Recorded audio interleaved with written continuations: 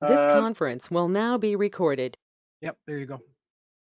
all right, so Brad and David, if you'd mute your microphones, and then everybody can go to at the top of the screen where it says view everyone, view who's talking, and we'll let Peter start. Do I have to hit view everybody? You can. I mean, so you're going to be seeing a whole bunch of little people, or a bunch, or just yourself.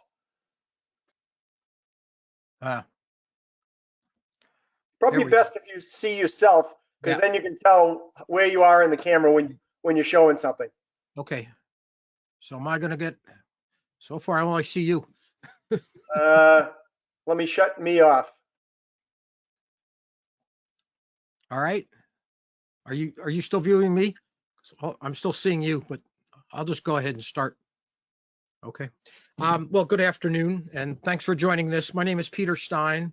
I got to this group through Makerspace in Portsmouth. I've done some work with them. By way of introduction, I've been in the industrial, what I classify the industrial abrasive business for the last 25, 26 years. Manufactured in the country of Portugal. I was distributing, or have been distributing abrasives throughout Canada, the US, the Caribbean, and Central America, strictly through distributors and strictly on an industrial level. I don't go into the retail end of it, to the Home Depots and all the rest of it, as we just don't deal with that market. The market that I am in encompasses pretty much anything and everybody, which includes car manufacturing, includes all the woodworking, includes glass and metal, fiberglass, marine. So we have a large variety of product, of which I'm going to try and go over today. Unfortunately, we're doing this via computer. Had we been together, we could do a lot of show and tell and touch and feel, and you could get a much better idea. But given the circumstances of the new normal, this is what we're going to have to do. I have to start this by saying I'm going to assume that you guys don't know anything about sandpaper, which I know is not true, but it's just a starting point for me to go over some of the technical aspects of it, and then we can just launch into the specific products and what there is to offer. Steve and I have set up a distributor based near Cape Cod that is a large distributor for abrasives and a lot of other product. I have forwarded a line card to Steve, which I hope can be redistributed. Is that okay, Steve? Okay. And what I've done is made arrangements through this distributor for this entire group that you are part of to have access to all of the products that they sell. And we will get a special code for you, a purchase code, such that you order online and you'll get an automatic discount. The name of the company is Finishing Focus. I'll hold this up. I don't know if you're going to, well, you probably won't be able to see it. There's a lot of product on here that you should get the copy of this line card. Other than the abrasives, a lot of detail and reconditioning supplies, tools, masking products, safety, personnel, and paint supplies. They're a full-blown distributor. And if you can do one-stop shop, you will get high quality at very, very good pricing. That said, let me also, during this conversation, however long this is going to take, this presentation, if there are any questions, I guess just go to this top. What are we calling this thing, Steve? The little balloon up in the upper right hand corner. Interrupt me. There's no wrong question. And if you're thinking of it, it's very possible that your associates are thinking of it. I've been doing this for 25, 26 years, so it's sort of second nature to me. It might be second nature to you. But in the meantime, if there are any questions, just please go ahead and stop me, ask your question, and we'll just we'll go forward from there. Let me take 5 or 10 minutes and just do some technical background on abrasives themselves, what it means, how they're made, what the different grains are, what the different grits are, sizing, and then just some specific descriptions so that we're all on the same page. To start, the act of sanding, as we all know it, is really the removal of surface stock. Okay, now that can be rust, it can be paint, it can be rough wood that you want to smooth out, it can be metal, it can be glass, anything, but you are removing stock to get to a finish that you want.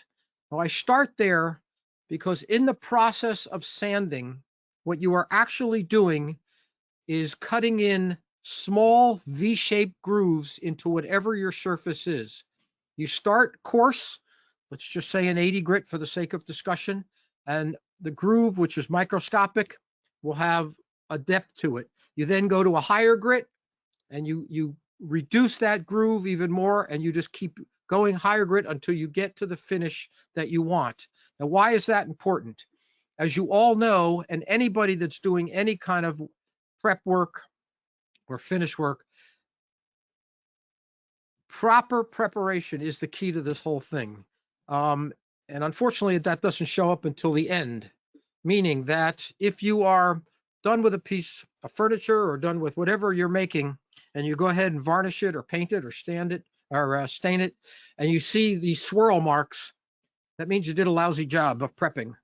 And you're not getting out the grooves to the extent where when you put that paint on or the varnish or the stain, it's filling in whatever that very small, minute groove is, giving you the smooth surface.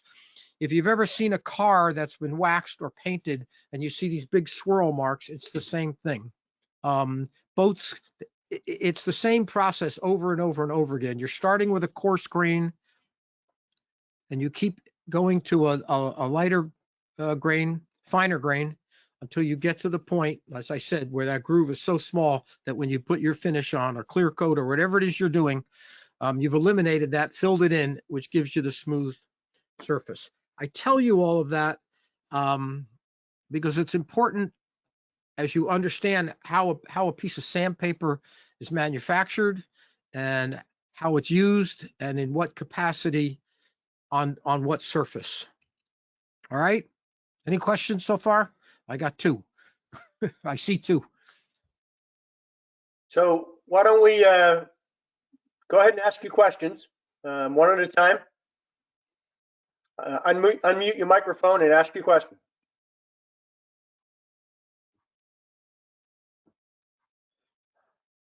Like maybe there were no questions.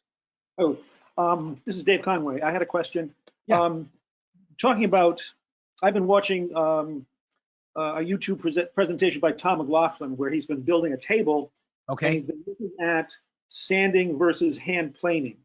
And the hand planing really seems to give a much finer surface without the defects that regardless of the grit, even going to 220 or 320. Any comment about that? You're saying that hand planing? Is that what you're asking? Yes. Yep. I'll be very honest with you. I've never seen the comparison of the two. I would think that with sanding, it allows you to just keep going into higher grits, finer grits that you can't do with a hand planer. I mean, we're talking about 220 to 320. I can take you all the way up to a grit 3000 if you want. You can just keep Yep. moving up and up and up so that you can get that finish. Now, wood, in the wood industry, you're usually not going that high. Obviously, in the metal, fiberglass, stainless steel, some of the alloys, I can't make that comparison because I've never seen the two. But I just, because of the large variety of not variety, there's the scope of what you can sand with in terms of grits. Common sense tells me you could probably get a much finer finish with a sander. Okay. I don't know if that answers the question, but it's the best I can, because Yep. I've just made that comparison. Was there someone else, Steve? Was there another question? I guess not. Continue. Okay. So let's just talk a few minutes about how sandpaper is made and what the differences are, so that it'll make the rest of this make a little more sense. Basically, you're starting with a paperback sandpaper as opposed to cloth. It is craft paper.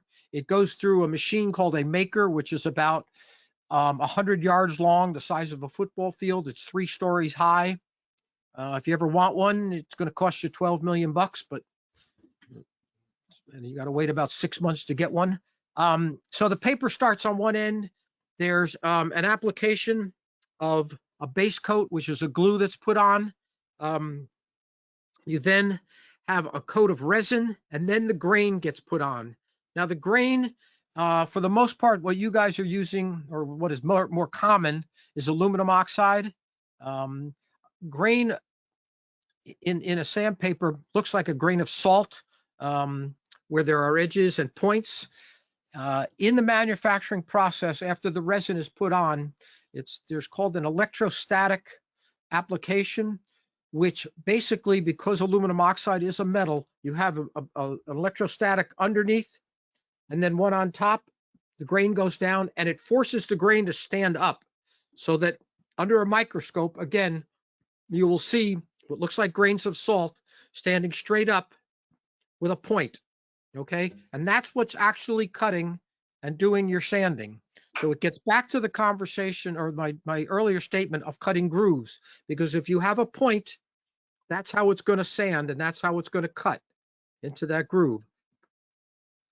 An 80 grit grain is measured by its size, and as the finer the grits get, the grain of salt gets smaller and smaller, but it'll always be standing up, so that that point is what's going to cut and remove your surface stock. Aluminum oxide is probably the most prevalent grain used, probably in about 95%. There are harder grains. Zirconium is one. Silicon carbide is another. You can get to diamond, but that's another whole issue that we don't have to get into right now.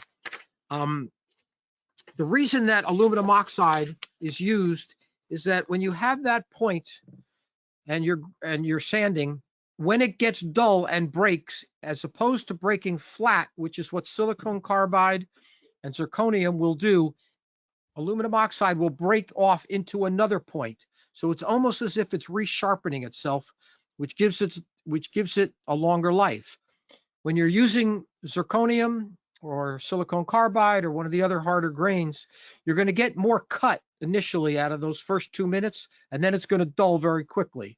So usually the harder grains are used when you need a coarser grit, 40, 60, sometimes 80, when you're removing rust or you're really grinding down a weld or something like that. I very, very rarely see these harder grains used in the woodworking industry, because you're just going to rip you're going to rip your surface apart. So aluminum oxide, for the most part, is what you're going to find. The paper itself has about 6 or 7 different weights, from A to E on the paper weight, A being the lightest, E being the heaviest. Again, the coarser grits will use the heavier weight. The lighter grits, usually up to about 800 to 1,000, will go to an A weight or a B weight. It's a lot more flexible. When you get higher than 1,000, maybe into 1,200 or 15 or even 2,000, you're going to drop back down to a B weight, because you need the firmness of the paper in order to hold the grain on. Okay. For the most part, when you buy any kind of sandpaper, it will state somewhere on the box, or should anyway, state somewhere on the box or somewhere on the paper what the paper weight is. For the most part, when you're dealing with 80, 100, 120, 150, 180, 220, you're really dealing with probably a C weight.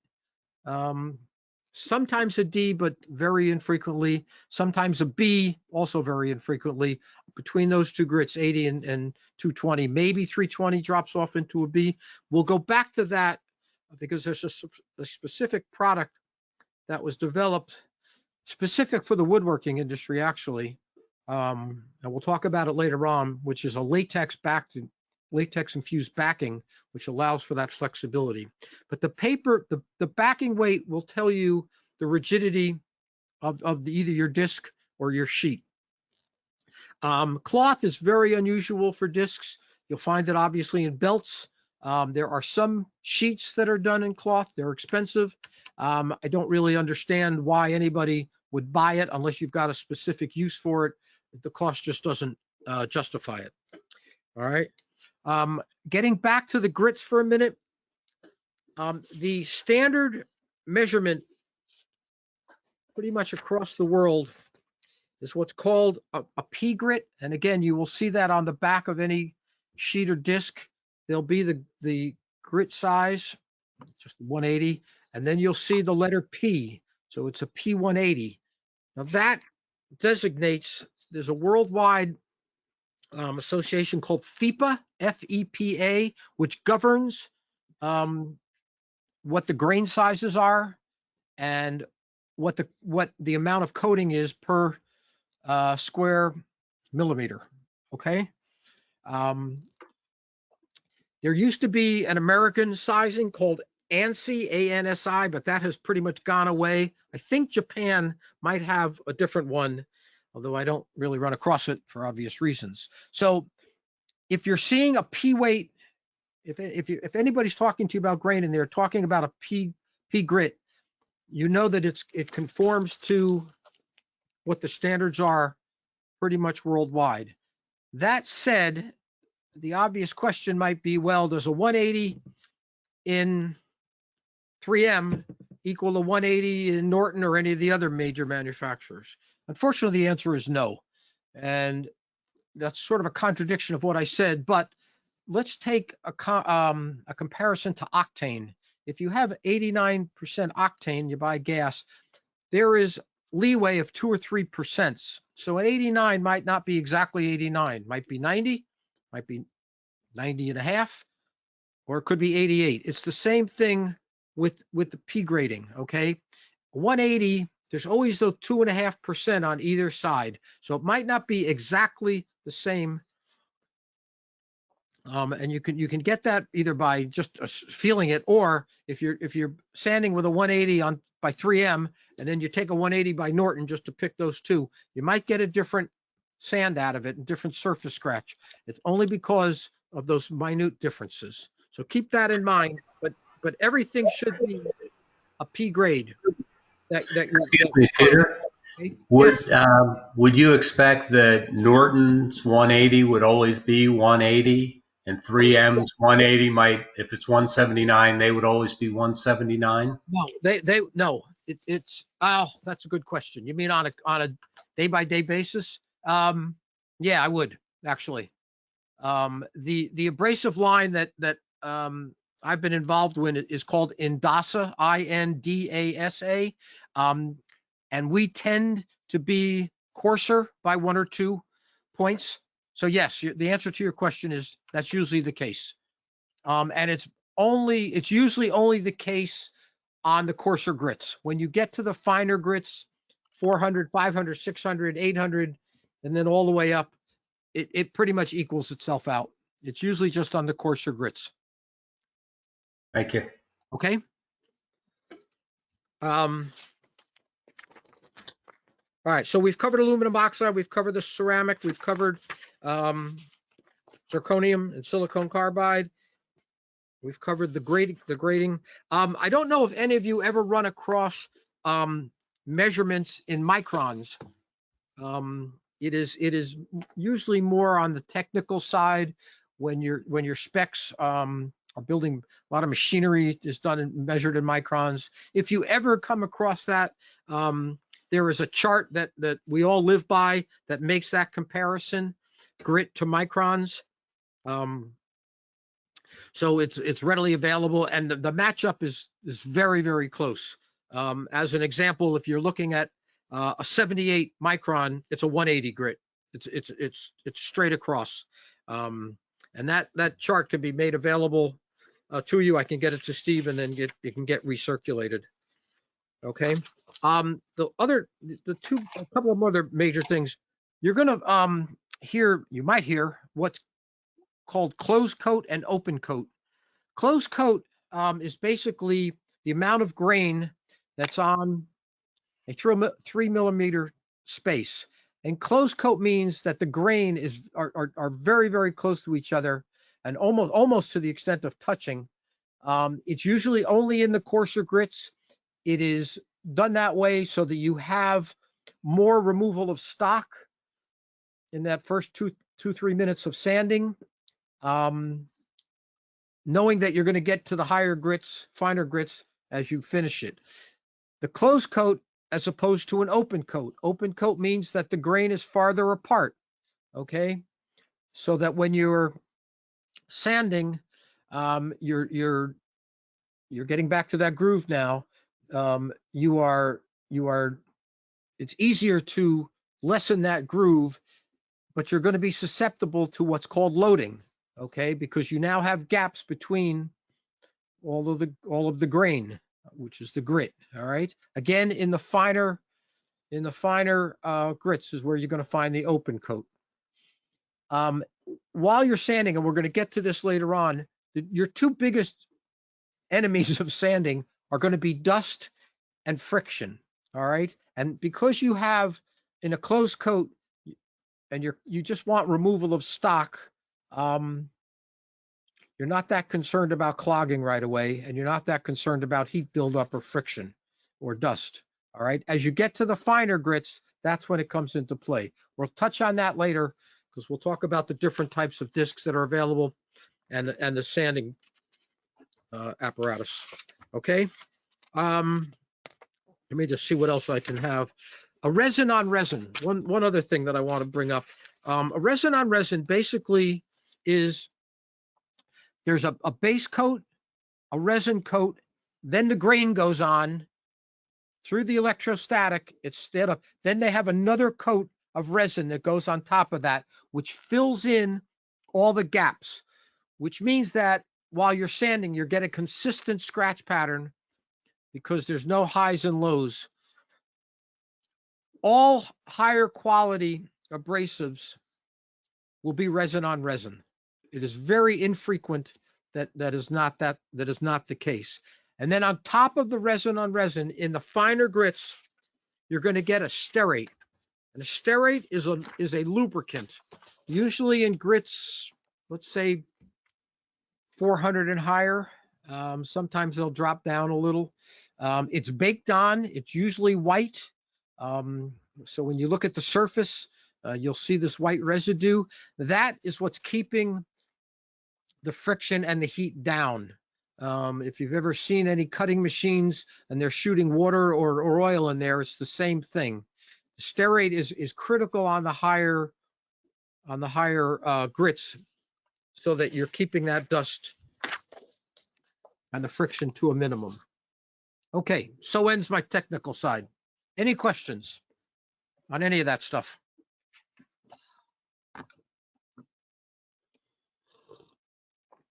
I never knew that there were so many variables about sandpaper. I was pretty much just focused on grit. Well, that's the short version of it all. If I had a couple hours, I could keep on going. Okay, so let's talk about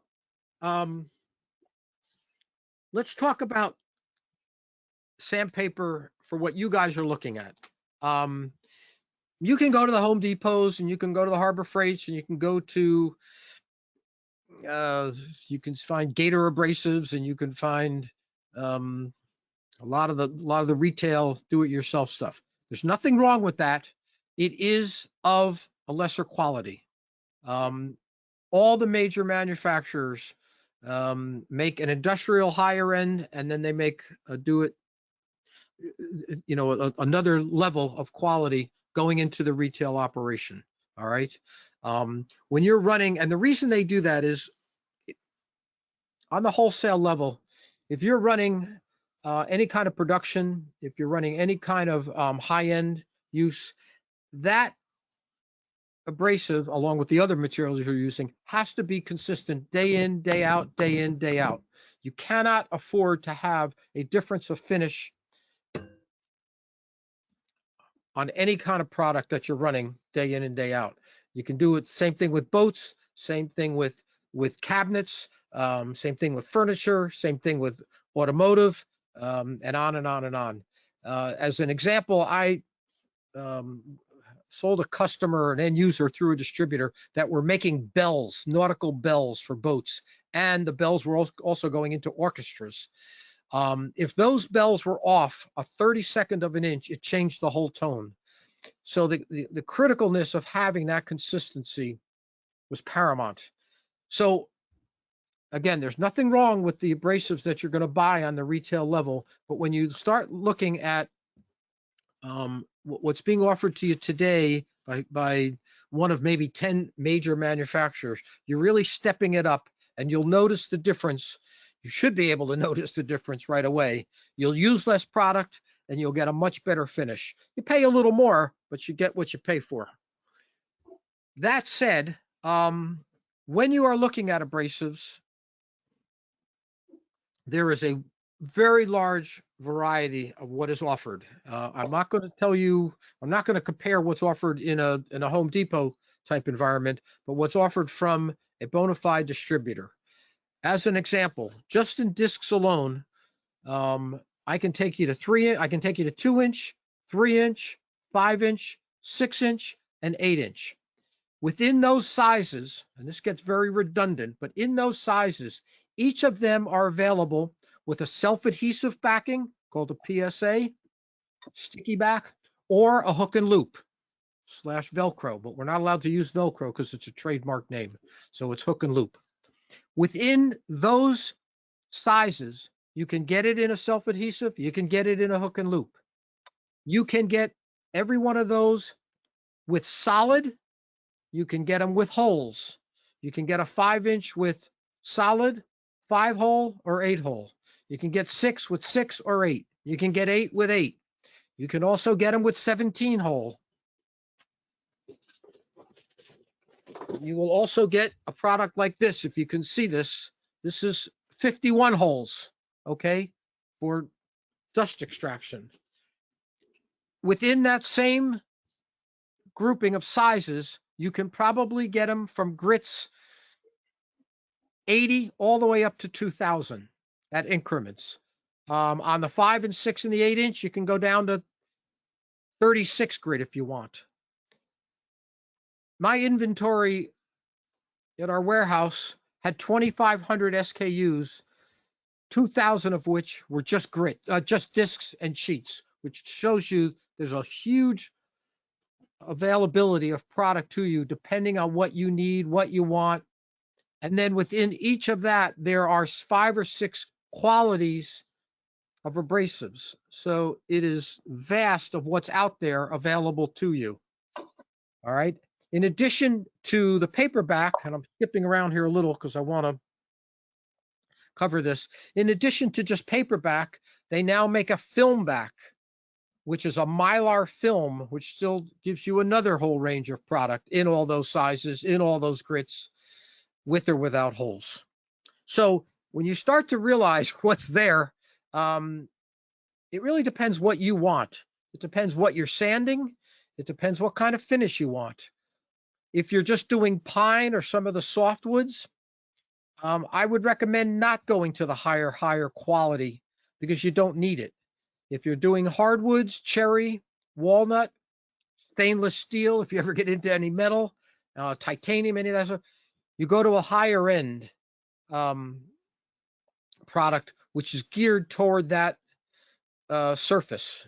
So you really need to look and decide what it is you're sanding and what kind of finish you want, which will then bring you back to decide what product to get. Not necessarily is the higher quality the best for what you're doing. I as an example, I was at a gun safe manufacturer somewhere in Utah, and I brought my high end in, and I just couldn't get it to work. I mean, it just, no matter what I did, self-adhesive, hook and loop, with holes, without holes, vacuum, nothing worked.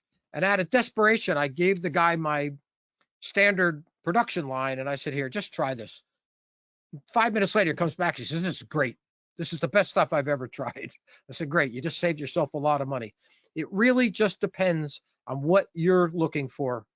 And I would not be adverse in when you're looking at all this stuff to get 2 or 3 samples of 2 or 3 different qualities and try them out, because that's what's going to tell you where you're going to be and what you want at the end of the day. You were going to see some tooling out there by DeWalt, by Porter Cable, by Festool, by Fine. These are all high-end tools. Some of them have their own abrasive line. They don't make the abrasives. There's only a couple people that makes this stuff, and they private label for everybody. They all have their own hole configurations. For the most part, the 10 major manufacturers today are copying that hole formation and configuration, so it's all available to you. There's no patent on holes these days, so anybody can make whatever we want. So instead of paying higher end dollars for a brand name like a Festool abrasives, shop around, because you will get and save yourself 20-30% and get the same product. All right. Sheets, just to cover the sheets, because which are all the sheets are all going to be solid, obviously. 90% of the sheets are paperback. Cloth is available. The sheets range 9x11.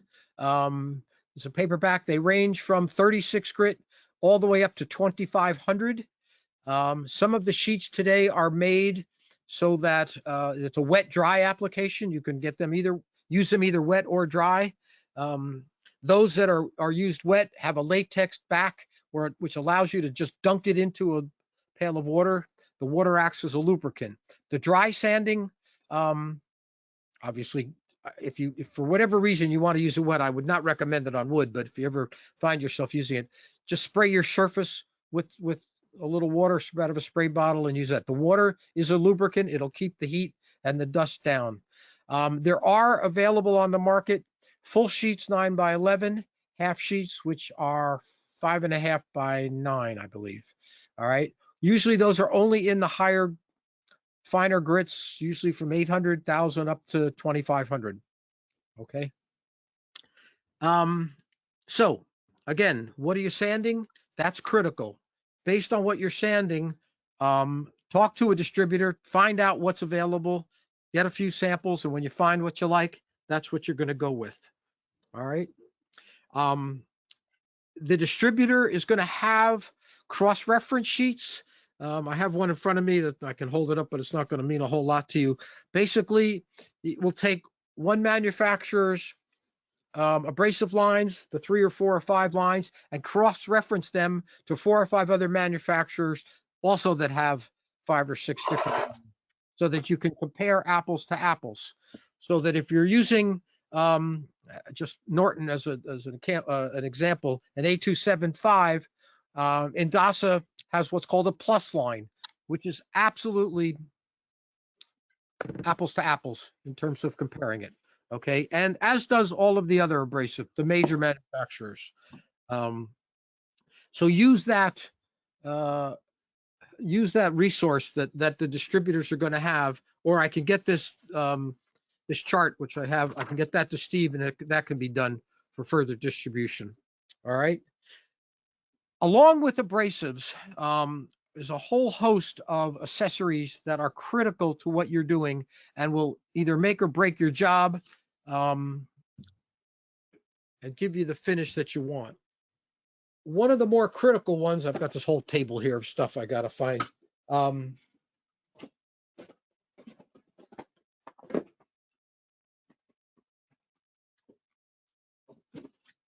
Are backup pads. Okay. Backup pads on every DA, 5-inch, 3-inch, 5, 6, and 8. Critical to what you use, either a hook and loop or a self-adhesive. Attaches onto your DA and spins around. The life of these, well, depending on how much you sand, but without a good backup pad, you're doing yourself a disservice. They're not very expensive, but they will make your job a whole lot easier. The disc won't fly off, and it will keep the disc at a very consistent level. if your surface starts to corrode or come apart, you're going to get deviations and dings in your sanding. It's going to uneven because this is not a level surface. All right. Again, I have it's available in 3-inch, 5, 6, and 8, with holes, without holes, hook and loop, and PSA. This is a critical part of any kind of sanding. We probably sell by the thousands every year of this. It's not that expensive, but it's well worth what you can spend to make your job come out. Here's an example of a 6-inch with this is a self-adhesive. The back is a universal. I think it's 5/16. They fit 99.9% of all the DA sanders that are out there. DeWalt, Porter Cable, and maybe 2 or 3 others have a different type of attachment. There's usually 3 screws or 4 in a triangle, and they go right into your sander itself. That also is available. I bet you we probably have 35 different types of backup pads available for sale at any one time. So be cognizant of what your equipment is and the condition that it's in. Other types of what we call accessories, but just different types of sanding. There are 4.5 by 5.5 pads. Okay, these are very soft, foam back from 80 grit up to probably 1500. They bend. They're for good contour sanding. It's all hand sanding because it's foam on the back. You're not going to get any transfer of fingerprints or pressure through that. Again, depending on what you're sanding, they come in handy. This is another pad, very dense. My first, some of the product that I brought to Makerspace in Portsmouth for the guys that were turning wood, while it was turning, they were just holding these up, and it was just sanding to the finish they want. These come in medium fine, super fine, and micro fine. Okay, they're all the same. They're probably made by 1 or 2 guys, and they put everybody's name on the back, so it's a universal type of product. So these things are also available, and they're part of what should be in any wood shop to give you the tools from which to complete what you want to the finish that you want. We get into double-sided pads, foam in the middle, 4.5 by 5, usually a 1/2 inch. Again, contour sanding, it's what you're comfortable with. This with a block, which is 4-sided, a lot denser. Okay, just what you're comfortable with. Most of the grit ranges, again, are from 60 all the way up to probably 320 and something like that. A variation on this has this little angle to it. And there's maybe 5 or 6 other ones, but these are the ones that I have sitting in my shop because I use them. All right.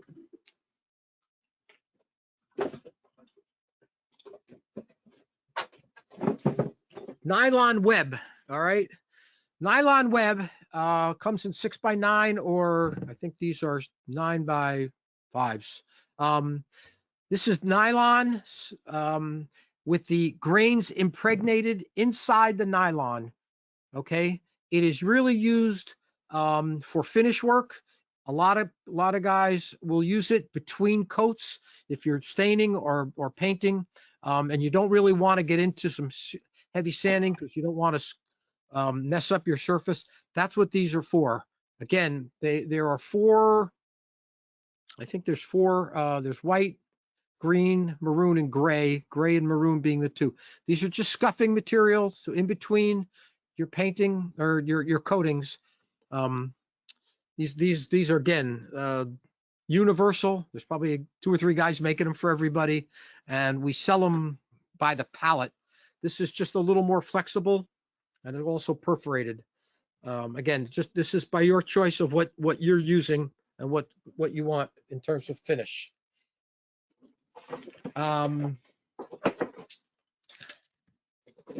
Belts. There's a variety of belts, 18-inch by 3, 21 inch by 3, 4 inch by 21 and 24. Grits probably up to 220, 320. Again, they usually come in packs of 10. They're all the same. They fit all the machines that are out there. There's no special sizing for these. I show you all this because this is all what's available through this one distributor. So the more you can consolidate, the easier it is for you in terms of what you're buying. One or two other products that you should be aware of are sanding blocks.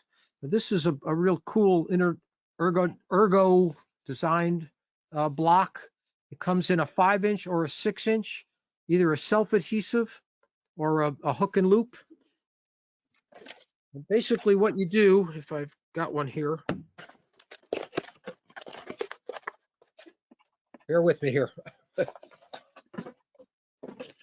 is you're taking a disc, okay, and you're basically wrapping it right around the block, okay, which then allows you to sand like this, or you can do that.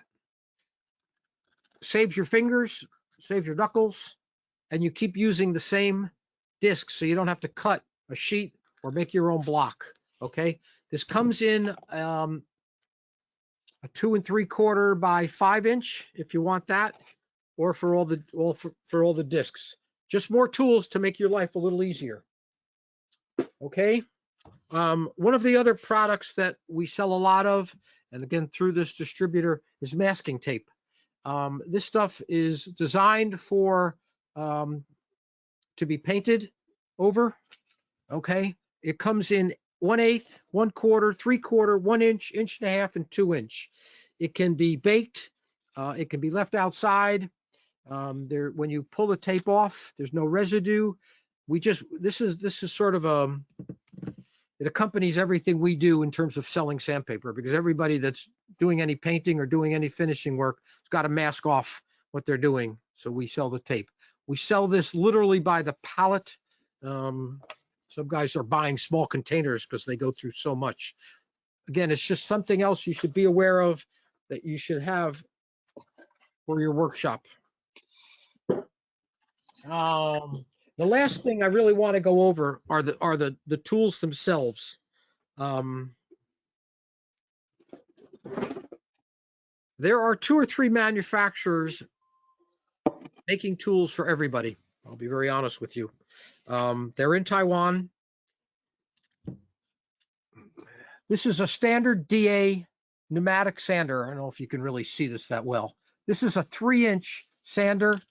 This happens to be a Velcro, but I can put a PSA backing pad on it. The difference between a 6-inch or a 3-inch is nothing more than the balance and the configuration for a larger disc. The body, the motor, and everything else is exactly the same.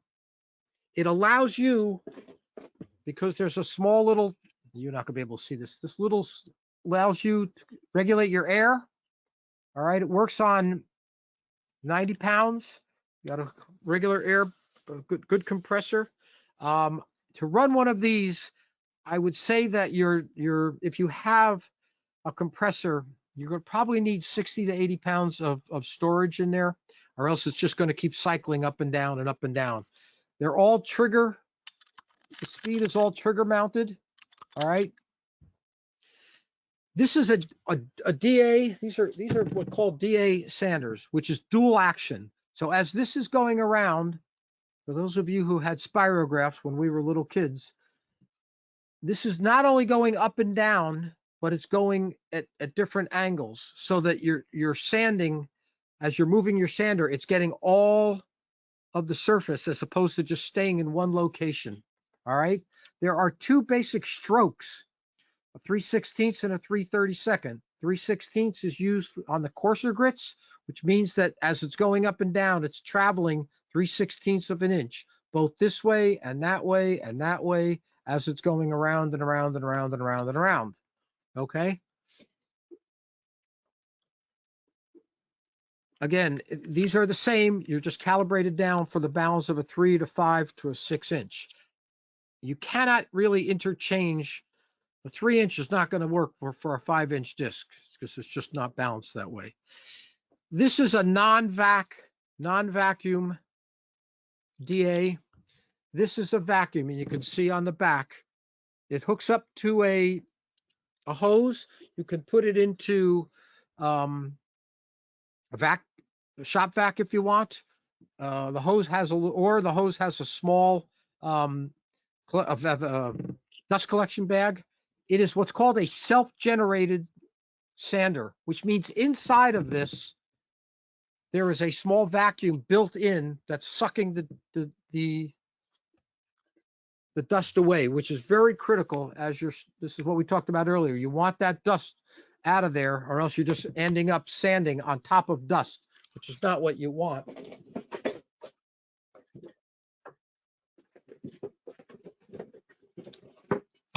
This is a backup pad that's got the holes in it. Okay. Again, this has got probably 21. You can find them with just 6 or with 5 or with 8 on the outside. A lot of different configurations. If you're going to use vacuum and a vacuum DA, you need to put a vacuum backup pad on, or it's not going to work. That choice is up to you. If you have a vacuum system, great. It's what's recommended. It's going to give you a better finish, but that's a choice that you'll make depending on what you're working on. This is the last product that I want to show you. We just came out about a year ago with this. This is an electric DA. The others I showed you were air driven. This works on a standard 110. It's a 7-speed variable. Trigger speed, okay, with or without vacuum. Very, very smooth, very quiet, very little vibration, okay? Some guys don't have air. Some guys have air. That's a personal choice. This is a much larger, you have a larger grasp to it. You can move it around. This is a real nice machine. There's you're not gonna be able to see this, but on here, just by pressing these two, you can either decrease or increase the speed. So there's 7 speed, starts at 4 and just goes up. All right. Again, this is, it's a little more expensive, but you're going to get a much longer life out of it. And it's self-contained. Okay. Questions? I've covered a lot of stuff. Elliot, Peter, Elliot had a question about how does the yellow masking tape compare to the blue or green tape that we use, that we regularly see? It will be comparable. All right. What's gonna on this yellow tape, which you really don't get involved with, it allows you to bake, keeping the tape on for an automotive application. If you're putting it into a heat chamber or any other thing like that, you can leave it outside, UV resistant, water resistant. So this is a very multi-purpose tape, but it's online with that blue and that green. Probably costs you less money. It's a paper-based tape then? Yes. Yeah. Thank you. Okay, and again, I can get you this flyer, which will give you all of the sizes and all the specs on it. Okay, where do we go from here? Again, the distributor that we're going to work with on this for you guys has got all of these products and then more, usually in stock. They're a day away from you. Good freight terms, good pricing. They will have all of these different products for you with many others that, Steve, if you'll make sure everybody gets this line card. Yes, I will. So that they can see that. There is, yes, there's a website on here that you can just go online or call them. I will tomorrow speak to these people and make sure that they know who you are, and that they will get a code for an additional discount that I'll give to you, Steve, and then you can please redistribute that. Very good. samples. I would not hesitate to ask this distributor to give you some samples. They make up sample packs. They sell 3 or 4 different types of brands of abrasives. I've been selling Indasa for a long time, but they have different brands, and feel free to try them out. As much as I'd like you to buy Indasa, you got to get what works for you. I can't tell you what's going to be best for you. You've got to make that determination. Peter James had a question. He says he did not see belts on the Finishing Focus website. They do have them. Okay. All right. And, I don't know why they don't have it on the website, but he had another question. What about Abranet type product? Abranet. Okay, let's talk about that. Abranet is a sponge. I don't know if I have a sample. This is a 6-inch piece. It is spongy. It's a screen material. Okay, much like the nylon. They take a piece of screen with or without foam on the back, and they impregnate the grit right onto the screen. Okay, so that when you're sanding, you can pull the dust out. It's a real nice finish. It's a real nice product. They have a good patent on it, and I'm not going to knock it. It's a real good product. It's expensive, and again, if it gives you the finish that you want, go for it. Finishing Focus does carry not only the Abranet, but they have another company called Sunmite, which also has that screen material now. And again, if it's something that you've tried and you like, go for it. If you haven't tried it, get a piece. It's nice. It's a nice product. I'll be honest with you. We have another question from David Conway. He says, I've always bought sandpaper at the local hardware store, Lowe's or Home Depot. What is the best way to compare those products? Compare them to what? Yes. You're really not. I don't want to sound arrogant here, but you're not comparing apples to apples.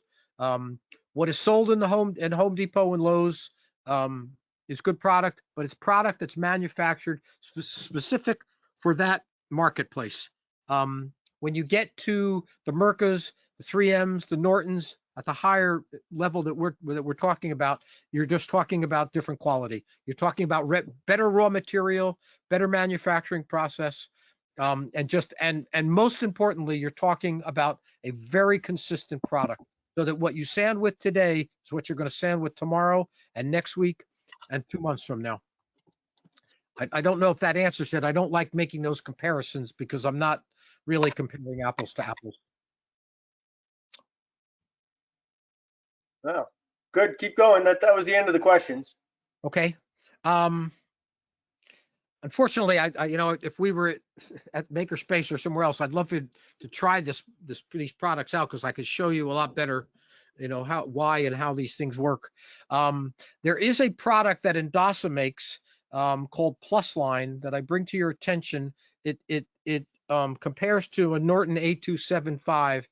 It is a product that they took the backing paper and infused it with latex, which gives it far more flexibility, to the point where you can literally take a sheet or a disc and crumple it, pull it apart, and there won't be any cracking, so that you're not going to get any edge cracking along the edge of the disc, nor are you going to get any just in the normal sanding, any kind of contour sanding, which brings up another point, let me just find something I want to show you. Somewhere in here. I'll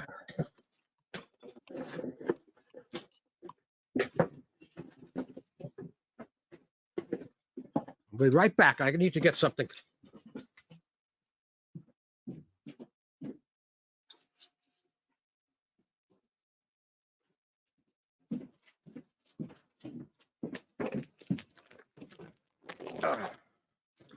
Has anybody seen or used an interface pad or know anything about it?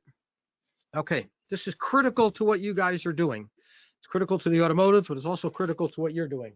An interface pad, this is exactly what it is. You take a DA sander, got a backup pad, okay? In this case, there is, if I can get this off. Okay, so here's your backup pad. Here's your disc, okay? This is a flat, hard surface. What an interface pad does, sorry, it goes between the backup pad and the disc, okay? So now you've got a very spongy, not very, you've got a real softer material. So as you're sanding, you can do contour sanding. You're not going to get any burn marks. You can go around edges. You can do all sorts of things. These interface pads are 3, 5, and 6 inch with or without holes. Again, it's that same configuration. These are not expensive and they will do wonders for you because of that flexibility, especially with the kind of sanding you guys are doing, because of moldings, because of any kind of contour that you're doing. The automotive guys do a lot of this because they're coming around fenders, they're coming around doors and all sorts of things that are just not completely flat. Critical thing, again, it's just costs you maybe 10, 15 bucks, but to have it makes all the difference in the world. All right. So,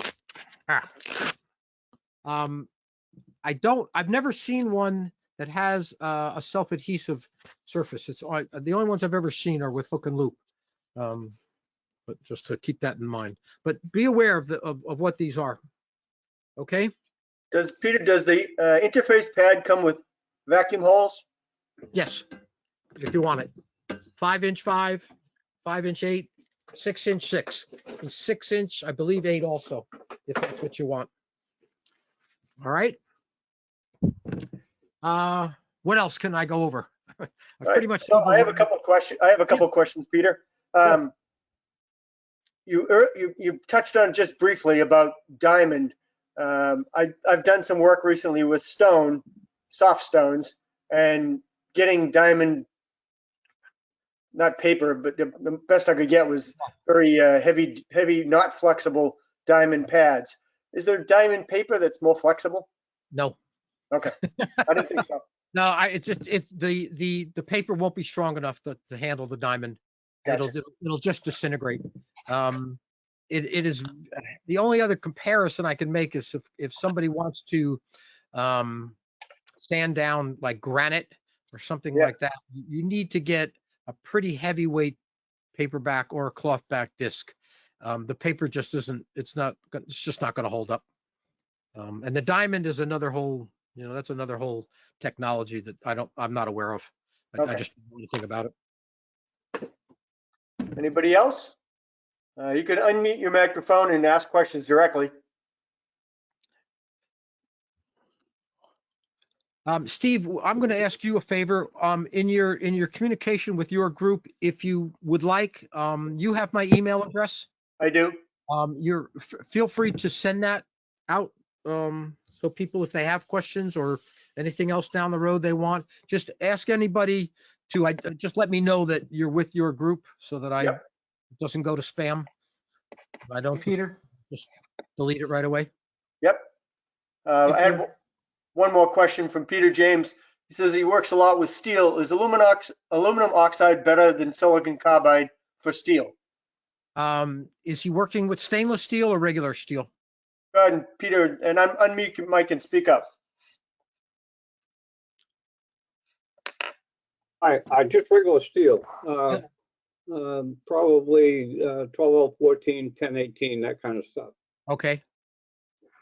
So, and are you looking to remove? Are you looking to finish it, or are you getting ready to? You want to take the rust and all the crud off it? Finish, polishing more than anything else. You want to polish it. Okay. You can use a paper or film. A film back would do wonders for it, depending on how you're going to finish. What's the finish on the steel? Probably raw metal. I'm not looking to finish it with paint. Okay, or so you just want raw metal.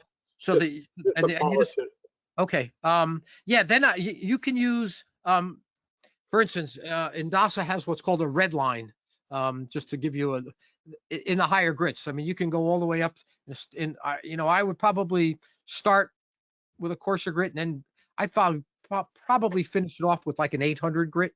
Quite honestly, it'll give you that, it'll pop the polish off and give you a really smooth surface without any of the scratch patterns. And again, I would go with the higher quality just because that the grain is going to be a better finish for you. I agree with what you said earlier about the silicon carbide. It does seem to dull quicker, and once it's dull, it's You're done. gone. Yeah, you're done. Versus The problem with silicon carbide is that it doesn't go to a high enough grit to give you the finish you want. I mean, silicon carbide and zirconium that is really used in the coarser grits to, you know, if you got rust on it or you got junk or whatever you want it all out of there. It just doesn't go to the higher grits and won't last as long because of that. even one thing you didn't mention, but I found to be true with especially sanding belts, is reversing the direction seems to attack the grains in a different direction. My experience has always been, and I'm going to pull out a belt now, is that there is always an arrow somewhere on here that'll show you the direction to get maximum. And I've never reversed it, to be honest with you. I've always just used it that way. Well, one of the reasons for the arrow is that when they were still making inexpensive belts, are still made with lap joints. It's Right. so that the lap goes in the right direction. Right. And okay. Right. And it does give you an indication which way the belt have to be turning. It just Right. forward or backwards. But with the butt joints, the tapered butt joints, direction is not an important. Okay. not an And that's what these are, actually. These are on an angle, a butt joint with tape on it. So yeah, you're probably right. You probably can reverse it. I've never done it, to be honest with you. I just always went to in that one direction. But you know, I can, if by experience you're finding that it works, no problem. Shouldn't be a problem. Hey, Peter. Yes. Yeah, hi. I got two questions. One is, Sure. how would you compare the 3M? I think they call it their Pro line. It's the purple paper you can get in Yeah. Home Depot or retail, to the types of industrial paper you're talking about. The purple's a good product by 3M. I'll be honest with you. It's a higher end, one of their higher end products. We go head to head with that all the time. I mean, there's no issue in the higher quality of Indasa, of Mirka, of Sunmite. It'll all be comparison. The key is going to be, again, I keep coming back to this over and over again, is what you're sanding and what kind of finish you want. Sometimes, you know, 3M makes great product, but they also are the best at marketing, and they can convince you into anything, including a 5,000 grit sandpaper, which I haven't figured out why you just wouldn't use tissue paper, because it's probably rougher than 5,000. And you're going to pay for it. So you can get comparable product and save yourself 15, 20%, quite honestly. But the purple's a good product. I'm not going to knock it. Good, thanks. The other question I have, because you mentioned Mirka a couple of times. Yep. I've used these, they make this thing called Mirka pads or Mylar pads, Merlon pans. Yeah, they come in different colors: gold, silver, maroon. I use them typically in between coats of varnish on where I need contour, like spindles or legs or things like that. This is the nylon you're talking about, right? Yeah. It's a pad, yeah, and it's very flexible. Right. I think you've indicated in that situation they're impregnating the whatever mesh that is with Right. grits. It's a nylon web, and then they're impregnating the grit right into it. Now the difference of what makes it good or not so good is if the grain sits right on the surface or if it's pregnated inside. Because if it's pregnated inside, it's going to give you a lot longer lifespan. If it sits on the surface, once that's done, it's done. The only reason they've color coded is that just tells you what the aggressiveness Tell is. the difference. Yeah, it's easy to tell the difference. So your distributor sells a comparable product, or they sell Mirka product as well? Both. They'll do both. Okay. They'll sell Mirka and they'll sell. Yeah, they've got 3 or 4 good lines of product. And they're pretty much all comparable. Thanks. Steve, Yes. would you like me to put up the line card that Peter's been talking about? Maybe he could speak to it as a screen share. Go ahead and do that. I want to make sure that everybody who's here, send me an email and I'll respond with the line card and the cross-reference chart and the Micron grit chart when Peter gives it to me. Okay. See, good. Here's the line card. I mean, you can take a look at quickly. You know, Sunmite, Mirka, Indasa, Norton are their big players. SIA has some very, very specialized product and they don't carry that much. But you're looking between these Sunmite and Mirka, Indasa and Norton, you've got 99% covered of anything 3M makes or any of the real high-end specialty guys are. Merit is just a subsidiary of one, and they're making some bonded material and 2 and 3 inch Rolox stuff. But you can see on this line card some of the other stuff that Finishing Focus offers, just in terms of tools, sanders, polishes, hand blocks, detailing and reconditioning. Now remember, these guys are selling to a lot of marine products, some automotive. They're selling across the board, so they've got a wide variety of stuff. Masking products, you can see film sheeting, fine line tape, masking tape, et cetera, et cetera, et cetera. And then on the bottom, just paint supplies and safety equipment. So it's a really nice distributor that covers, 99% of what you might need. And if there's something that you're looking for, they can probably go get it, because distributors like this have a variety of vendors that they just can't list everything all the time, but they're all there. Peter, So this I have, we'll make this available to all of you. Yes, sir. Peter, I have a question for you. I'm a wood turner. I turn everything from cedar, which is very soft, maple, usually with a lot of bark inclusions, and hardwood such as dark walnut, black Right. walnut. I don't want to be switching brands all the time, but I do go from 80 to 500, 80 to 600 range. Right. Now, look at the difference in the prices between Mirka, which is $42 a box on the website, to Sunmill, which is much lower, and then there's the Indasa for the similar sizes, the 4 or 5 inch discs at $8 a box. What am I getting for that 5 times delta in price, or could I really be saving a lot? Yeah, you're getting ripped off. That's right.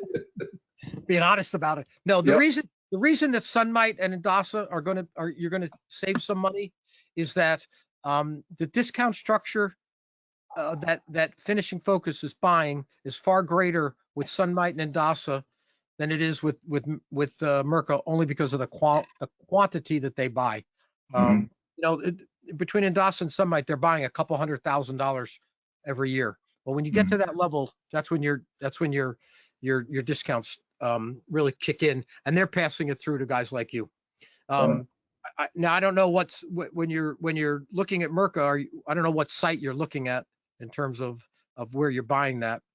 At your distributor's website. So you're going to Finishing Focus. Yeah, I just happened to be looking at that. Yeah. Then that's why. It's just that they're buying the product that much better.